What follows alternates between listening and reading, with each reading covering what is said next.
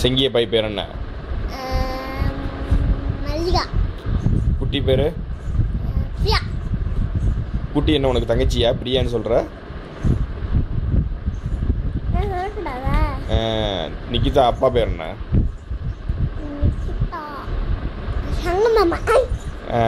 நிக்கிதா பேர் என்ன? நிகிதா. ஏய் நிக்கிதா பேர் என்ன? நிகிதா. நிக்கிதா அண்ணன் பேர்? தீபக். நிக்கிதா அம்மா பேர்? பாப்பா எப்படி தூங்குது? நேத்து அதே மாதிரி தான் வந்துச்சு. நீங்க எப்படி தூங்குது? கண்ணை முடிக்காட்டி. நிகிதா வேணாமா? அம்மோ அம்மோ சொல்லி கொடுமா விட்டு.